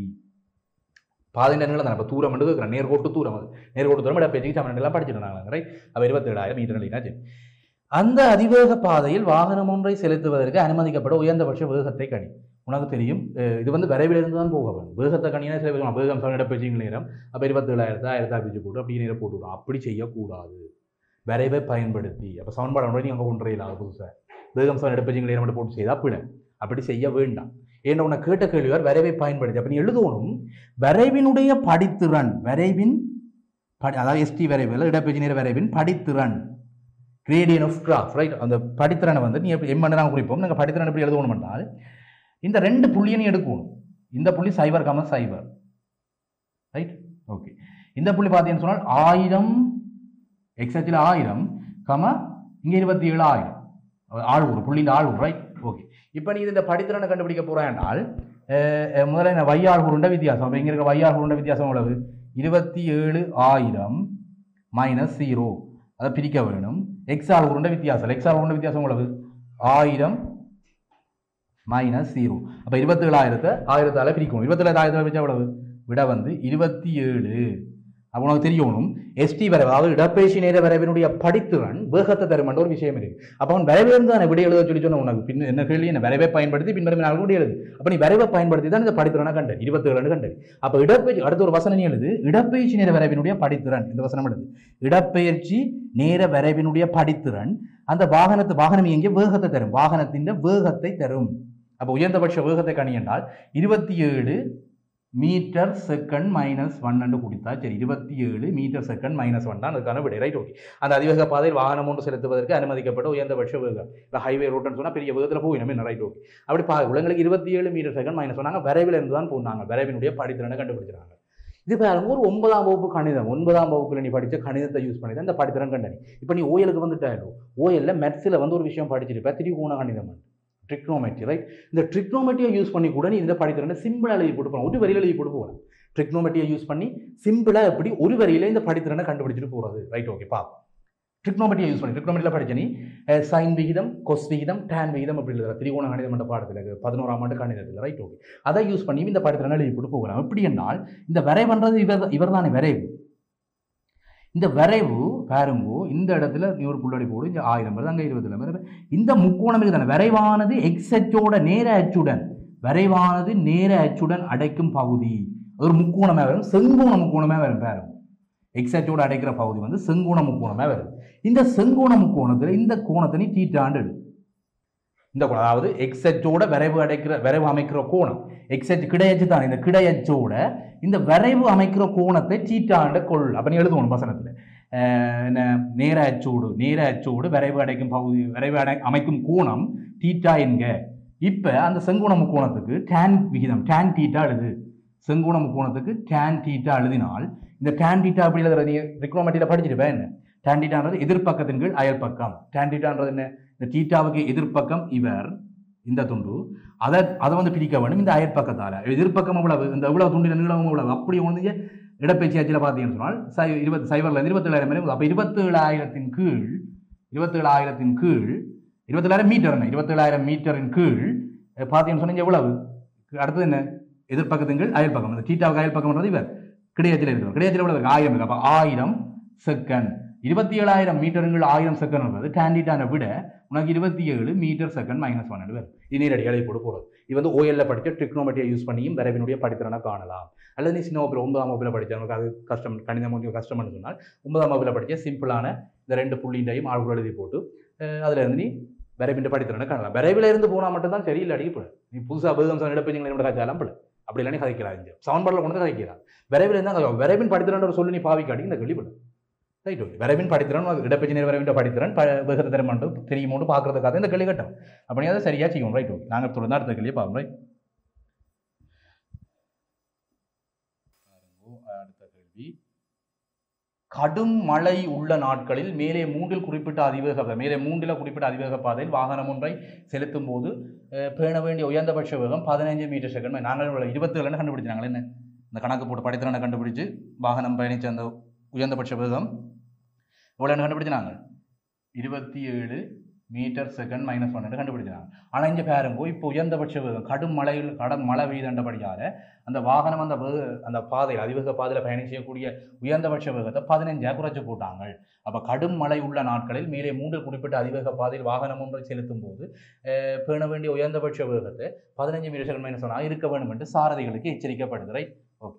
அப்போ சாரதிகளுக்கு இங்கே எச்சரிக்கப்படுது பாருங்கோ, என்னன்னு சொல்லி வேகத்தை வந்து குறைச்சி போடாங்க. 27 கொடுக்க வேணும், ஆனால் 15 குறைச்சி போடாங்க. ஓகே, கேள்வியை பார்ப்போம். கடும் மழை உள்ள போது அதிக வேகத்தில் வாகனங்களை செலுத்தக்கூடாது என சாரதிகள் எச்சரிக்கப்படுகின்றமைக்கான பிரதான காரணம் என்ன? ரைட், கடும் மழை உள்ள போது அதிக வேகத்தில் வாகனங்களை செலுத்தக்கூடாது. செலுத்தினா என்ன நடக்கும், மழை நல்ல கடும் மழையா பெய்யக்குள்ள வந்து வாகனங்கள் அதிவேக பாதையில் அதிவேகமாக செலுத்தினால் வாகனத்தில் விபத்துக்கள் ஏற்படும். மழை காலம் தானே, மழை காலத்தில் டயர்கள் வழுக்கி டயர் வந்து வீதியில் வழுக்கி விபத்துக்களை ஏற்படுவதை தடுப்பதற்காக வாகனத்தின் வீதியில் வந்து வீதிக்கும் டயருக்கும் இடையில வந்து ஒரு உராய்வு மாதிரி ஒன்று செயற்படும். என்ன உராய்வு வந்து குறைக்கும், மழை தண்ணியில் நோட உராய்வு குறைக்கும். அப்போ அந்த வீதி விபத்துக்களை தவிர்ப்பதற்காக நீ சொல்லிவிட்டீங்கன்னா சரி. அடுத்த கேள்வி தொடர்ச்சியாக கேட்கிறான் பார். மேலே ஏஎல் உமது விடையை விஞ்ஞான ரீதியாக விளக்கண்டாலும் சொல்லணும். வீதிக்கும் வாகனத்தினுடைய டயர் இருக்கும். அப்போ வீதியில தான் வாகனத்தின் டயர் இருக்கு. அப்போ அந்த வீதிக்கும் வாகனத்தின் டயருக்கும் இடையில வந்து பார்த்தீங்கன்னா மழை பெய்தால மழை தண்ணிவே இருக்கும். அதுக்கு மழை தண்ணி வந்து பாருங்கோ, இந்த வீதிக்கும் டயருக்கும் இடைப்பட்ட உராய்வை குறைச்சி விட்டுரும். உராய்வை குறைச்சால் வழுக்கி கொண்டு போகும் சில்லு. பட் தேஞ்ச டயராக இருந்தால் டக்குன்னு வழுக்கி கொண்டு போகும். அப்போ அதான் உண்மையான உராய்வு குறைஞ்ச காரணத்தால் அந்த விஷயத்தை உராய்வு குறைவுன்ற விஷயத்தை சொன்னாலே தெரியும். விஞ்ஞான ரீதியாக விளக்கண்டால் உராய்வு குறைவு, அதாவது இங்கே தொடுகை நடக்கும். உராய்வு நடக்கணும்னா தொடுகை நடக்கணும். என்ன, வீதிக்கும் வாகனத்தின் டயருக்கும் தொடுகை நடக்க போகுது. அந்த வீதிக்கும் வாகனத்தின் டயருக்கும் இடைப்பட்ட அந்த இடைப்பட்ட மேற்பரப்பு அங்கே போய் பார்த்தீங்கன்னா மழை தண்ணி நிற்க போகுது. கடும் மழையில் பெய்யுது. அப்போ மழை தண்ணி நிற்க போகுது. மழை தண்ணி போய் என்ன செய்ய போகுது, ரெண்டு மேற்பரப்பு தொடுகை மேற்பரப்பு ரெண்டுக்கும் இடையிலான உராய்வை குறைச்சு வாகனத்தின் சில்ல வழுக்க பண்ணி விபத்துக்களை ஏற்படுத்தக்கூடியது. அதனால அதிவேகத்தில் போக வேண்டாம் என்று சாரதிகளை எச்சரிக்கிறாங்க. Right, okay. அந்த விஷயம் விளங்கினா சரி. ஓகே, நாங்கள் தொடர்ந்து பார்ப்போம்.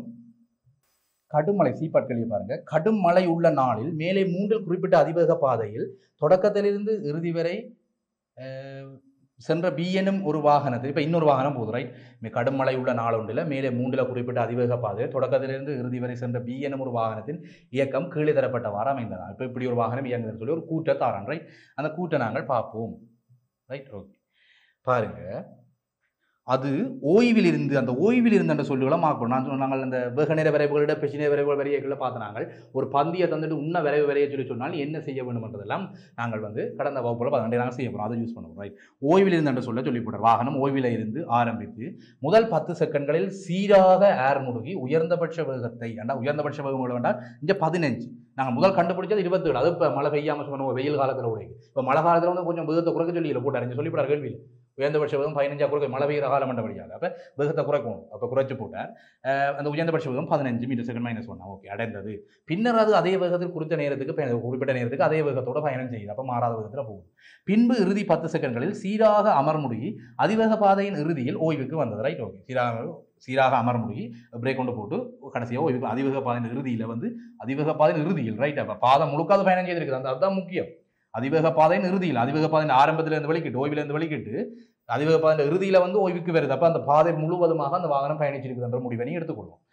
ஓய்வுக்கு வந்தது. Right, okay 10 okay. அடுத்த இந்த தகவல்களை காட்டி வாகனம் பி இயக்கத்துக்குரிய வேகநேர வரவே பெரும்படியாக வர இந்த தகவல்களை காட்டி வாகனத்தின் வேகநேர வரவே பெரும்படியாக வர என்று சொல்லிக்கலாம். நாங்கள் வரைஞ்சு பார்ப்போம். ரைட், முதலாவது தகவல்கள் எடுத்துக்கொள்வோம். ஓய்விலிருந்து ஆரம்பித்தவர் முதல் 10 செகண்டுக்கு சீராக ஏர் முடுகி உயர்ந்தபட்ச வேகம் 15 அடைஞ்சவர். ரைட், வரைஞ்சு காட்டுறேன் பாரு.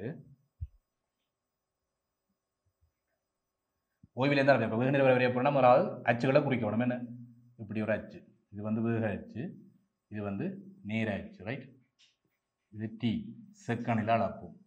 இது வந்து வேக அச்சு மீட்டர் செகண்ட் -1 அளப்போம். ரைட், அதை குறிச்சேன்னா இது மீட்டர் செகண்ட் -1 அளப்போம். ரைட், இப்போ வாகனம் என்ன செய்ய போகுது? எங்களுக்கு ஓய்வில் இருந்து ஆரம்பிக்க போகுது. அப்போ 0,0 என்ற புள்ளி நேரம் 0 இருக்க வாகனத்தின் வேகமும் 0. அப்போ 0,0 என்ற புள்ளியில தான் இவர் இயக்கத்தை ஆரம்பிக்க போகிறார். இயக்கத்தை ஆரம்பிச்சு என்ன செய்யறாராம்? சீரான ஆறுமுடுகளோட இயங்குறார். பார்ப்போம் அந்த கேள்வி. சீரான ஆறுமுடுகளோட இயங்குறார்.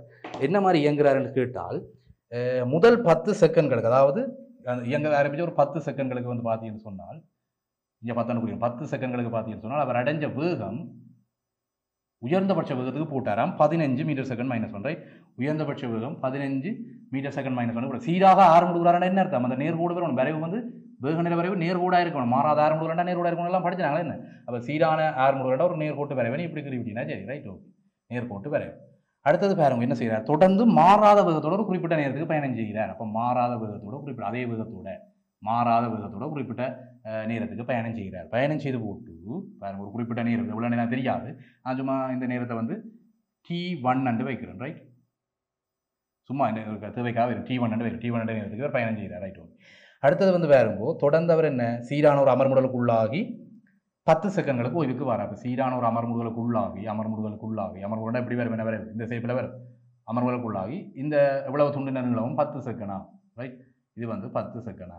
இங்கே எவ்வளவு துண்டு நிலவும் 10 செகண்ட், எவ்வளவும் 10 செகண்ட். ஆரம்பம் முடிச்ச போது இடைக்கு வந்து குறிப்பிட்ட நேரத்துக்கு பயணம் செய்திருக்கேன். ரைட், ஓகே, T1 நான் வச்சுக்கிறேன். ரைட், வேகநேர வரைவை நான் வரைஞ்சு போட்டேன். Right, okay.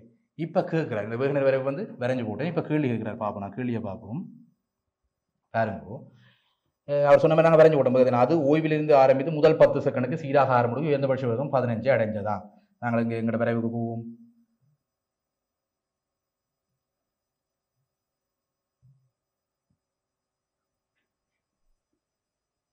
Right, okay. விரைவுக்கு பார்த்தோம்னா ஓய்விலிருந்து ஆரம்பித்தவர் 0ல் ஆரம்பித்தவர் முதல் 10 செகண்டுக்கு உயர்ந்தபட்ச வேகம் 15 அடைஞ்சு போட்டார். Right, okay.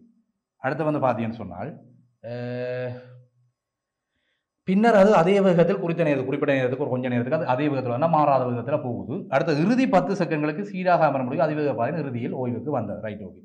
அதாவது பெரும்பறை படத்தில் காட்டினால் காட்டி போட்டுருந்தான். Right, okay. இப்போ அடுத்த டீபார்ட் கேள்வியை பார். வாகனம் பி அதிவேக பாதையில் பயணம் செய்வதற்கு எடுத்த மொத்த நேரத்தை காண். அதாவது வாகனம் பி இப்போ இது ஒரு புது வாகனம் ஏ என்ற வாகனத்தை மீத காட்சி இப்போ பி என்ற வாகனம் அதிவேக பாதையில் பயணம் செய்வதற்கு எடுத்த மொத்த நேரத்தை காணட்டாம். நாங்கள் நேரத்தை கால்குலேட் பண்ண போகிறோம். ரைட், அந்த கேள்விக்கு போ. இப்போ மொத்த நேரத்தை கால்குலேட் பண்ண போகிறோம். அதிவேக பாதையில மொத்தமாக வந்து வாகனம் பயணம் செய்தது அந்த முடிவை நீ எடுக்கணும். அந்த அதிவேக பாதையில் இது வந்து அதிவேக பாதைன்னு வைக்கிறேன். ரைட், ஹைவே ரோட்டுன்னு வைக்கிறேன். அதாவது நேர்கோட்டு பாதை கிடப்பாதைன்னு கேள்வியில் சொல்லி போட்டான். ரைட், ஹைவே பாதையில் வாகனம் வந்து இந்த பி என்ற வாகனம் வந்து முழுமையாக பயணம் செய்தது. முழுமையாக அந்த அதிவேக பாதை ஃபுல்லாக பயணம் செய்ததுன்னு சொல்லி போட்டார். அதிவேக பாதையினுடைய இடப்பெயர்ச்சி ஆரம்பத்தில் சொல்லி போட்டார் 27,000 மீட்டர். அந்த விரைவில் கிடக்கு இடப்பெயர்ச்சி நேர் விரைவில் கிடக்கு இந்த பாதையினுடைய நீளம் நீ அது கேள்விக்கு விடையும் எழுதி நீ என்ன அதிவேக பாதை நேர்கோட்டு பாதையின் மொத்த நீளம் வந்து 27,000 மீட்டர் எழுதி போட்டு அப்போ அந்த 27,000 மீட்டரும் வாகனம் பயணம் செய்தது. அப்போ உனக்கு தெரியும் வேக நேர வரைவினுடைய பரப்பளவு வேக நேர வரைவானது அந்த நேர அச்சோடு அமைக்கிற பகுதியினுடைய இந்த பகுதியினுடைய ஏரியா வந்து வாகனம் பயணம் செய்த மொத்த தூரத்தை தரும். ரைட். அப்போ வாகனம் பயணம் செய்த மொத்த தூரம் 27,000. அப்போ நீ எழுதணும் வேக நேர வரைவு நேர அச்சுடன் அமைக்கும் பகுதியின் பரப்பளவு. அது வந்து என்ன பரப்பளவு? சரிவகத்தின் பரப்பளவு. சரிவகத்தின் பரப்பளவு. ரைட். ஓகே. அப்போ வேக நேர வரைவு டிஎச்சோடு அமைக்கிற பகுதியின் பரப்பளவு என்னத்தை தரும்? இடப்பெயர்ச்சியை தரும். அப்போ இடப்பெயர்ச்சி எவ்வளவு தூரம் இடம்பெயர்ந்தவர் நேர்கோட்டு பாதையில் அந்த பாதையின் மொத்த நிலம் நேர்கோட்டு தூரம் இடப்பெயர்ச்சி சமம் என்ன? அப்போ நேர்கோட்டு பாதையின் மொத்த நிலம் எவ்வளவு? 27,000 மீட்டர். அப்போ 27,000 மீட்டர். ரைட். ஓகே. இப்போ சரிவகத்தின் பரப்பளவு எழுதணும். அரை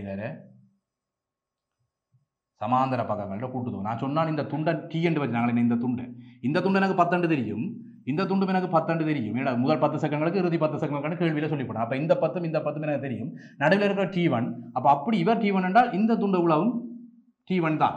நான் T1 என்று பேர் வைக்கிறேன், நான் கேள்வியில் சொல்லுவேன். T1 நான் விடை எழுதிக்கல சொல்லணும். அந்த இடையில் இருக்கிற நேரத்தை அந்த மாறாத வேகத்தை வாகனம் மாறாத வேகத்துடன் பயணம் செய்த நேரத்தை T1 என்க என்று சொல்லி போட்டு நீ வந்து இதில் T1 பிரதியிடலாம். அப்போ இந்த சமாந்தர பக்கங்கள்ட்ட மொத்த கொடுத்த விளவு இங்கே ஒரு T1 கிடக்கு. அப்போ T1 ப்ளஸ் இங்கே ஒரு 10 கிடக்கு, 10 ப்ளஸ் பக்கத்தில் இன்னொரு T1 கிடக்கு, T1 ப்ளஸ் பக்கத்தில் இன்னொரு 10 கிடக்கு, 10 சமாந்தர பக்கங்கள்ட்ட கூட்டுத்தொகையை போட்டாங்க. அடுத்தது என்ன? செங்குத்து உயரத்தை பெருக்க வேணும். செங்குத்து உயரம் எவ்வளவு? வாகனம் பயணிச்சு அந்த உயரம் தான் என்ன? இந்த எவ்வளவு வரைவின் செங்குத்து உயரம் என்ன? இவ்வளவு தானே. எவ்வளவு தூணும் அப்படி இங்கே வேகச்சோடு எடுத்து பார்த்தீங்கன்னா 15 கிடக்கு. அப்போ 15,000 பெருக்கு. 15,000 பெருக்கினால் இப்படி பெருக்கி இதை நீ சுருக்கி எடுத்தாலும் T1 வந்து கண்டுபிடிக்க அந்த சமன்பாட்டில் T1 மட்டும் தான் தெரியாது. T1 மட்டும் கண்டுபிடிக்கலாம். இப்போ 27,000 சமன் 27,000 மீட்டர் சமன் நான் கிடைக்க போகுது. இந்த இடத்துல உள்ளுக்கு பார்த்தீங்கன்னா 2 10 கிடக்கு. அப்போ 20 T1 20 ப்ளஸ் 10 T1 வரும். அது அந்த அரையோட தட்டிவிட்டின்னு சொன்னால் உனக்கு சுருக்கி எப்படி வரும்? இதில் வந்து 10 10 20 கிடக்கு, அங்கே T1 கிடக்கு. இப்போ தனியாக கணிதத்தில் சுருக்கிப்பார், என்ன கணித முறையில் சுருக்கிப்பார். சுருக்கி பார்த்தீங்கன்னா உனக்கு விட கிடைக்கும். சுருக்கிப்பார் 1790 செகண்ட் கிடைக்கும். T1 என்ற பெருமாள் இதை சுருக்கி எடுத்தீங்கன்னா வரும். நம்ம அதில் கணித விலை நீ தான் சுருக்கி பார்க்கணும். ரைட். எப்படி சுருக்கிறோன்னா இங்கே 10 கிடக்கு, இங்கே 10 கிடக்கு, 20 கிடக்கு, இங்கே T1 10 T1 கிடக்கு, 20 T1 அரையாள தட்டிவிட்டின்னு சொன்னால் உங்களுக்கு என்ன 10 T1 வரும், 10 150 T1 வரும். அப்புறம் 27,000 150 பிரித்து விட்டீங்கன்னா 1800 சொல்லி வரும். 1790 வரும். ரைட். ஓகே. சுருக்கி பாரு. அடுத்து இது வந்து T1 பெருமானம் தான் 1790 செகண்ட். என்ன T1 பெருமானம் தான் 1790 செகண்ட் அன்னு சொன்னால் இப்போ உனக்கு என்ன வாகனம் பயணிச்சா மொத்த நேரம் வேணும். அப்போ இங்கே ஒரு 10 கிடக்கு, இங்கே ஒரு 10 கிடக்கு. அப்போ 2 10. அப்போ T1 அப்போ வாகனம் பயணம் செய்த மொத்த நேரம் என்று சொல்லி போயிட்டால் என்ன செய்யணும்? இந்த முதல் 10 செகண்டுக்கு பயணித்தவர் 10 செகண்டுக்கு பயணித்தவர் ப்ளஸ் இப்போ நீ கண்டுபிடிச்ச T1 1790 செகண்ட் ப்ளஸ் அங்கே இன்னொரு 10 செகண்ட் கடைசியாக 10 செகண்ட் பயணித்தவர் மொத்தத்தையும் கூட்டினால் உனக்கு வரும் 1810 செகண்ட் வரும். டோட்டல் நேரம் 1810 செகண்ட்களுக்கு வாகனம் பயணம் செய்தது என்று கருதி என்றால் சரி. ஓகே. நாங்கள் தொடர்ந்து அடுத்த கேள்விக்கு போவோம். ஓகே. இப்போ வாகனம் பயணம் செய்த மொத்த நேரத்தை கண்டுபிடிச்சிட்டோம். அடுத்தது பேர் வாகனம் பியின் திணிவு 3000 கிலோகிராம் ஆயின் உயர்ந்தபட்ச வேகத்தில் உயர்ந்தபட்ச வேகம் என்ன? இங்கே 15 மீட்டர் செகண்ட் -1 என்ன உயர்ந்தபட்ச வேகம் என்றது? உயர்ந்தபட்ச வேகத்தில் பயணம் செய்கிறா 15 மீட்டர் செகண்ட் -1 வேகத்தில் பயணம் செய்த வேளையில் அதில் உந்தத்தை காணும். உந்தம்ன்றது என்ன? உந்தம் சமன் திணிவு தர வேகம். ரைட். திணிவ வேகத்தில் வைக்கணும். உந்தமன் திணிவு எவ்வளவு சொல்லி போட்டான். அப்போ P சமன் M/V. உந்தம் தான் உனக்கு வேணும். திணிவு வந்து சொல்லி போட்டான் 3000 கிலோ உண்டு, 3000 கிலோகிராம் சொல்லி போட்டான். வேகம் வந்து உயர்ந்தபட்ச வேகத்தில் பயணிக்க போது 15 மீட்டர் செகண்ட் -1. அப்போ 3015 1345 என்ன? அப்போ 45,000 கிலோகிராம் மீட்டர் செகண்ட் -1 வாகனம் இயங்குற திசையில். உந்தமறது காவிகணியம் திசையோட கலைக்க வேண்டும். அப்போ 3000 கிலோவோ 15 மீட்டர் செகண்ட் -1 உயர்ந்தபட்ச வேகத்தால் பிரிக்கக்குள்ள 45,000 கிலோகிராம் மீட்டர் செகண்ட் -1 என்ற உந்தம் வாகனத்தின் இயக்க திசையில் இருக்கும் என்று கருதியெல்லாம் சரி. ஓகே.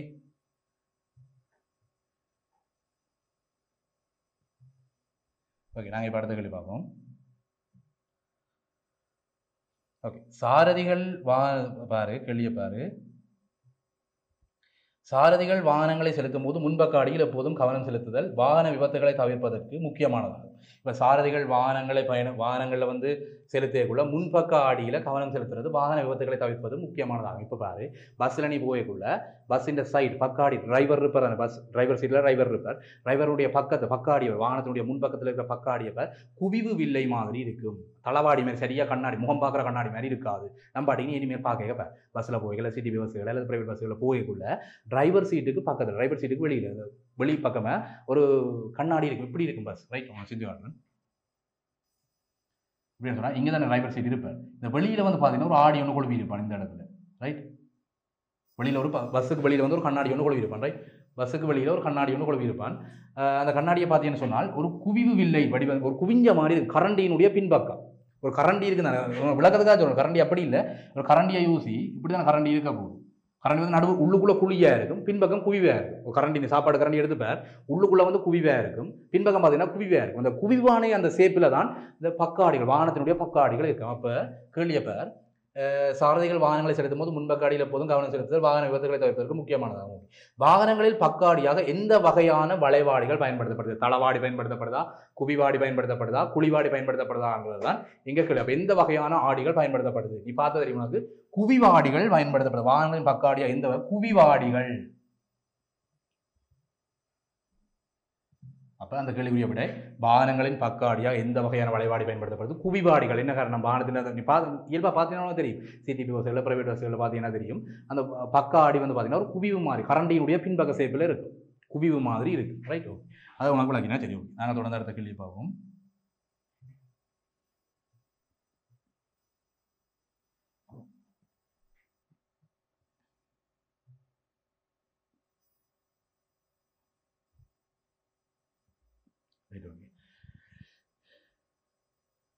அடுத்த கேள்விப்பார், வாகனங்களை செலுத்தும் போது அந்த ஆடியில் கவனம் செலுத்துதல் வாகன விபத்துகளை தடுப்பதற்கு இவ்வாறு வாங்க. வாகன விபத்துகளை தடுக்கிறதுக்காக தான் அந்த பக்காடிகள் சைடில் போட்டுக்கூடாது. அந்த வாகன விபத்துகளை எப்படி தடுக்குதுன்னு கேட்குறேன், ரைட்? அந்த குவிவாடிகள் தான் நாங்கள் இதெல்லாம் நீ படிச்சுட்டேன், கேத்திரனது ஒளியியெல்லாம் படிச்சுட்டேன், நான் செஞ்சு காட்டுறேன். இப்போ இது வந்து தலைமையாச்சு, இங்கே வந்து குவிவாடி இருக்குது. குவிவாடினா இந்த சேப்பில் இருக்குது, கரண்டியினுடைய பின்பக்க சேப்பில் இருக்குது, ரைட்? இங்கே வந்து குவிவாடி இருக்குது, ரைட்? ஓகே, நான் தலைமையை நிட்டுறேன், ரைட்? ஓகே, இங்கே வந்து எஃப் பண்ணுறது இருந்தால் எவ்வளவு தூரம் எஃப் என்றால் அதுக்கு சமனான தூரம் இங்கே இருக்கும், இல்லை பின்னுக்கு என்ன இந்த இடத்துல ஒரு எஃப் இருக்கும். எஃப்க்கு சமனான தூரத்தை இஞ்சால் எடுத்தீங்கன்னு சொன்னால் இங்கே வந்து 2F இருக்கும். அது இந்த எஃப்க்கு சமனான தூரத்தை அப்படி இங்கே எடுத்துக்கிறீங்கன்னு சொன்னால் இங்கே வந்து 2F இருக்கும், ரைட்? ஓகே, அப்போ எஃப்கள் 2Fகளை குறிச்சு பண்ணிட்டோம். இப்போ இது குவிவாடின்னு சாய்ச்சி போட்டோம். என்ன குவிவாடினா இப்போ எஃப்ல ஒரு பொருளை வைக்கிறேன் வை, சும்மா ஒரு ஆப்ஜெக்ட் ஒன்று வைக்கிறோம், ரைட்? இந்த இடத்துல பொருள் இருக்குது, எஃப்ல வந்து ஒரு பொருள் இருக்குது. பொருள் இருந்தால் அது எப்படி அது திருப்படையும் என்றால் இப்படி வந்து இந்த தலைமைக்கு சமாந்தரமாக இருக்குது. குவிவில் கொஞ்சம் பெருசாக இருக்கு, ரைட்? குவிவில் எப்படி இருக்குது? எஃப் அதாவது தலைமையத்துக்கு சமாந்தரமாக வர கதிர் பட்டு குவியத்துக்குள்ளால போகும், ரைட்? இது ஒரு கதை. அடுத்தது வந்து 2Fக்கு நீ ஒரு கோடு ஒன்று இருக்குன்னா சரி, 2Fக்கு வந்து இங்கே இருந்து இந்த புள்ளியிலேருந்து இந்த 2Fக்கு ஒரு கோடு ஒன்று இருக்குங்க, சரி, ரைட்? இப்படி வரும், இப்படி என்ன வரும். அப்போ இந்த இடத்துல ரெண்டு புள்ளியும் சந்திக்கிற புள்ளி தான் உனக்கு இமேஜ் கிடைக்க போகுது, ஐ என்று சொல்லுவோம், இமேஜ் கிடைக்க போகுது. அப்போ இங்கே தான் உனக்கு இமேஜ் கிடைக்க போகுது. பேர் இந்த இடத்துல ஒரு முடிவெடுக்கலாம், குவிய புள்ளி எஃப் என்ற புள்ளியில் அந்த பொருளை வச்சால், பொருள் ஆப்ஜெக்ட் வச்சது இங்கே குவிவாடியில், ரைட்? இது வந்து ஒரு குவிவாடி, குவிஞ்சு நிற்குது. குவிவாடியில் ஒரு எஃப் என்ற இடத்துல பொருளை வச்சுன்னு சொன்னால் ஒரு கதிர் இங்கே தலைமையத்துக்கு சமாந்தரமாக வர கதிர் இப்படி போகும், ரைட்? மற்றது வந்து 2Fக்குள்ளால போகும், அந்த பக்கத்தை 2Fக்குள்ளால போகும், பட்டு தெரிஞ்சாலும் வரும், ரைட்? அப்போ இமேஜ் எங்கே வரும் என்றால் குவிவாடியில் ஆடிக்கும் குவிவாடிக்கும் குவிய புள்ளிக்கும் இடைப்பட்ட தூரம் தான் பொருள் தூரம்னு சொல்றது. பொருள் குவிவு வில்லையிலிருந்து பொருள் உள்ள தூரம், குவிவு வில்லையில இருந்து பொருள் உள்ள இதுதான் ஆப்ஜெக்ட் இருக்கு என்ன. அப்போ குவிவு வில்லையிலிருந்து பொருள் உள்ள தூரம் பொருள் தூரம்னு சொல்றது. இது வந்து பொருள் தூரம். பொருள் தூரம் வந்து இங்கே என்ன எஃப், எஃப் என்ற தலைமை, அதாவது வில்லையிலிருந்து பொருள் இருக்கிற தூரம் பொருள் தூரம். அடுத்தது பேர் இமேஜ் எங்களுக்கு எங்கே கிடைக்குது? ஆடிக்கு பின்னு கிடைக்குது இமேஜ் என்ன, இங்கே அந்த இமேஜ் இருக்கிற தூரம், அதாவது இமேஜ் எனக்கு கிடைச்ச இடத்துல இருக்கும் அந்த ஆடிக்கும் குவிவாடிக்கும், ரைட்? குவிவாடிக்கும் அந்த இமேஜுக்கும் இடைப்பட்ட தூரம் வந்து எனக்கு அந்த பிம்ப தூரம்னு சொல்றது. அப்போ பொருள் தூரம் இங்கே எஃப், பிம்ப தூரம் வந்து பார்த்தீங்கன்னு சொன்னால் எஃப்ஐ விட சின்னன், பிம்ப தூரம் வந்து எஃப்க்கு உள்ள வந்துடுது, ரைட்? அப்போ பொருள் தூரம் வந்து எஃப்ல வச்சால் பிம்ப தூரம் வந்து எஃப்க்கு உள்ள வந்துடுது. இதுலேருந்து நாங்கள் ஒரு முடிவெடுக்கலாம், குவிவாடியில் எப்பயுமே பொருள் தூரத்தை விட பிம்ப தூரம் சின்னனாக இருக்கும், பிம்ப தூரம் குறைவாக இருக்கு, பொருள் தூரத்தை விட பிம்ப தூரம் குறைவாக இருக்கும். அப்போ பாருங்கோ, கேட்ட கேள்வி என்னட்டு பாருங்கோ, வாகனங்களை செலுத்தும் போது அந்த ஆடியில் கவனம் செலுத்துதல் வாகன விபத்துகளை இப்படி தடுக்கு. குவிவாடியில் வந்து பொருள் தூரம் வந்து பெருசு. அதாவது வாகனம் உண்மையாக இங்கே இது வந்து ஆடின்னு சொன்னால் இங்கே வந்து பின்னுக்கு ஒரு வாகனம் வருது, பெரிய வேகத்தில் ஒரு வாகனம் ஒன்று வருது என்றால் உண்மையாக தூரத்துலாம் வருது, எஃப்என்ற தூரத்தில் வருது. ஆனால் எங்களுக்கு தலைவாடியில் வாங்க கிட்ட வர்ற மாதிரி காட்டும். அப்போ டக்குனு ஒரு பிரேக் கொண்ட போட்டு எங்களை காப்பாற்றி கொள்ளலாம், விபத்துகளை தடுக்கலாம். எப்படி விபத்துகளை தடுக்கணும் வேறும் பொருள் தூரம் கூடவே இருக்கு, பிம்ப தூரம் குறைவாக எங்களுக்கு காடியில் காட்டும். உண்மையான தூரத்தை குறைச்சு காட்டும். அதாவது கிட்ட வாகனம் வந்துட்டு மாதிரி காட்டும். அந்த கண்ணாடி பக்காடி காட்டும், குவிவாடி வந்து காட்டும். பொருள் தூரம் பெருசு, பிம்ப தூரம் சின்ன, ரைட்? இந்த படத்தின்படி அப்போ பொருள் தூரம் பெருசு, பிம்ப தூரம் சின்ன என்றால் தூர நிற்கிற வாகனத்தை கூட எங்களுக்கு கிட்ட இருக்கிற மாதிரி காட்டும். அதனால விபத்துக்களை வந்து தவித்துக் கொள்ளலாம். இந்த விஷயத்தையும் கழிச்சினாலே சரி. ஓகே, அப்போ ஓகே. இப்போ நாங்கள் 2017ஆம் ஆண்டுக்குரிய கடந்த கால வினாக்களில் வந்து நாங்கள் கடந்த வகுப்பில் 2017ஆம் ஆண்டு ஸ்ட்ரக்சர் பகுதியிலேருந்து ஒரு கேள்வி பார்க்குறாங்க, தொடர்ச்சியாக எஸ்ஏ பகுதியிலேருந்து ஒரு குறிப்பிட்ட அளவுக்கு கேள்வி பார்க்குறாங்க. இன்றைக்கு நாங்கள் அதனுடைய தொடர்ச்சியாக எஸ்ஏ பகுதியிலேருந்து 2 கேள்வி பார்க்குறோம். நாங்கள் தொடர்ச்சியாக அடுத்த வகுப்பில் சந்திப்போம். நன்றி மாணவர்கள்.